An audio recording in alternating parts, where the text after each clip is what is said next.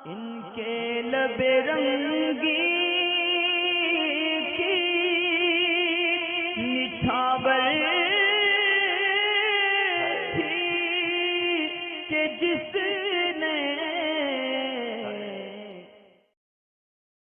कि कोई T shirt किसी मेल मॉडल ने यूज़ की हो पहन के, अगर हमें वही टी शर्ट सेल करनी है तो उस मॉडल की इमेज के साथ ही उसको वेबसाइट पर पब्लिश कर सकते हैं या नहीं तो कर सकते हैं। बेहतर ये है कि मॉडल का चेहरा वगैरह काट दिया जाए, गर्दन से लेकर और बेल्ट बांधने की जगह तक का पोज ले लें तो बेहतर है, क्योंकि चेहरे की ज़रूरत भी नहीं है। टी शर्ट जो है ना वो गले से होती है, तो उसको जो है वो इस तरह से आप कर सकते हैं। और अगर चेहरे के साथ भी डालेंगे तो दूसरा अगर कोई मसला नहीं है, यानी कोई डुप्लीकेसी का कोई मसला नहीं है तो डाल सकते हैं, लेकिन इसमें कोई दिक्कत वाली बात नहीं है। पत्थर में असल लाले पुरने